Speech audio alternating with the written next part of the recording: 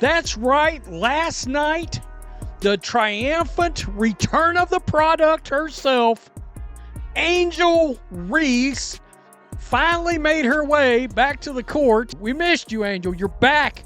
You're roaring back, and I'm sure you came back and led the Chicago Sky to victory. A lot of questions going on out there around Angel the last month or so. Like, what in the bleep is going on?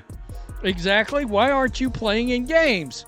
We heard it was a back injury. Angel Reese came back ready to prove she's the answer. She put up 19 points, grabbed rebounds, and the Sky fought hard through the first half. But what's everyone sharing on their timeline today? Not her shots. Not her hustle. It's Ezi Magbegor's block that instantly flipped the energy of the night. That single play trended more than Reese's return, and that's the problem. How did one highlight from the opponent become the poster image for a comeback game Chicago worked so hard to hype?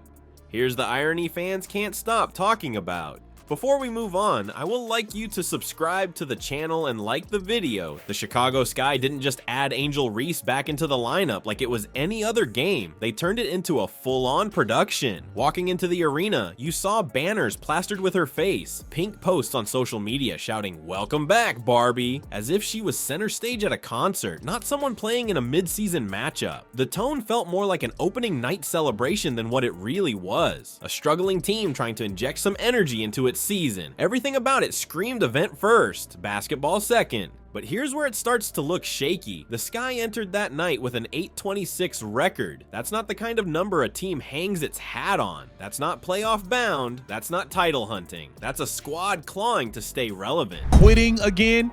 It appears you're quitting again just because your team not good. Just like rookie year, once you realize you stood no chance to win rookie of the year, you quit. It's been a while, and I'm sure you came back to a sellout crowd that could not wait to see you.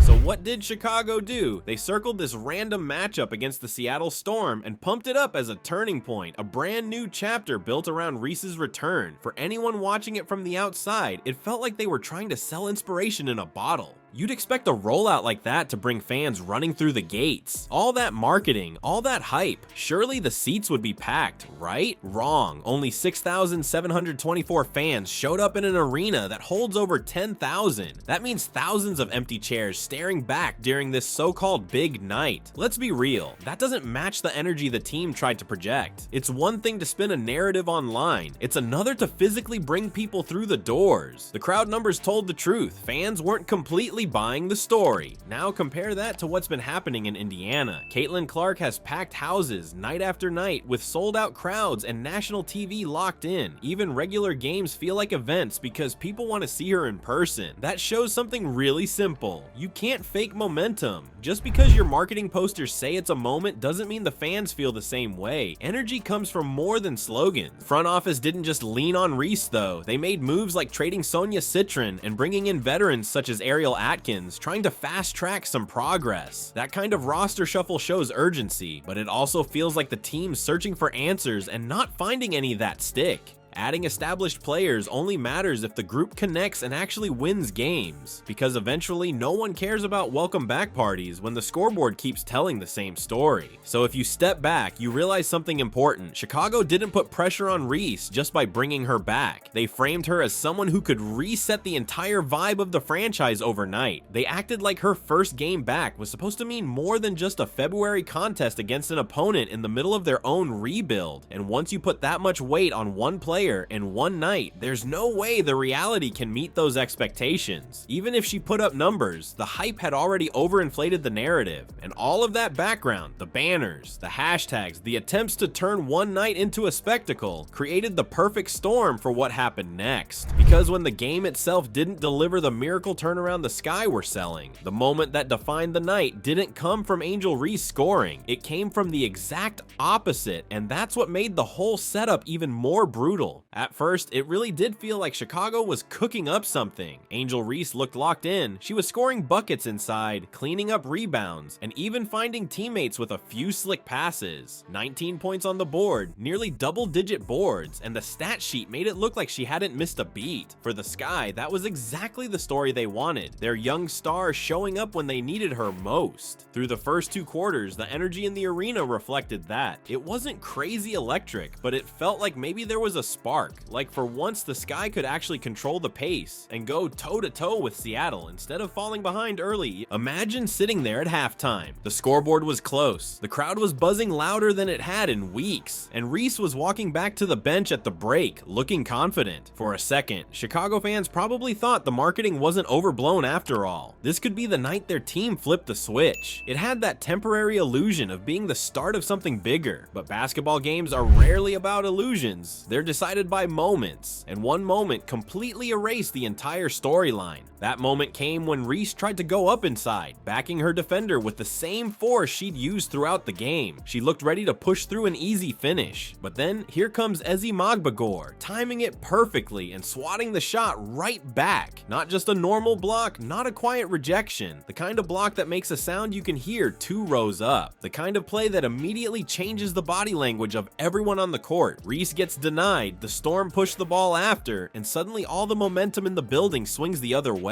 What happened next was almost cruel in how fast it spread. Seattle themselves clipped the play and threw it on their official accounts, almost like they knew this was going to define the matchup. Within minutes, fans on social media were already replaying it, laughing, commenting, turning one defensive stop into the headline, and instantly Reese's return story flipped upside down. Instead of she's back, she's leading, the conversation became she just got owned on live TV. That's insane because if you actually looked at the box score, she had a solid performance. But let's be real, perception doesn't follow box scores, it follows highlights. It shows just how fragile narratives are in sports. One big defensive play can erase 20 minutes of good offense in the public eye. Ask yourself this, can a player truly carry a franchise if the biggest image tied to their comeback is getting dunked on metaphorically by an opponent? That's the question Reese is facing now, because instead of her night being filed under solid stat line, it's being remembered as the night she was blocked.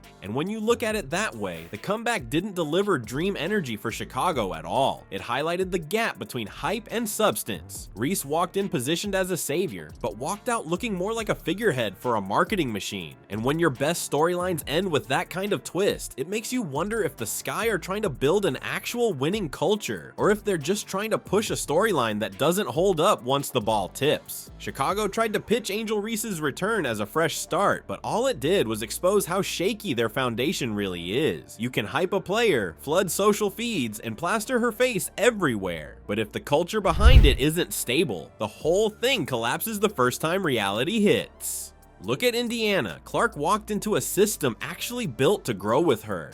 Reese doesn't have that yet, so the question is simple. Can she be more than just a marketing tool? Because hype gets clicks, but culture gets wins. Which one matters more to Chicago right now?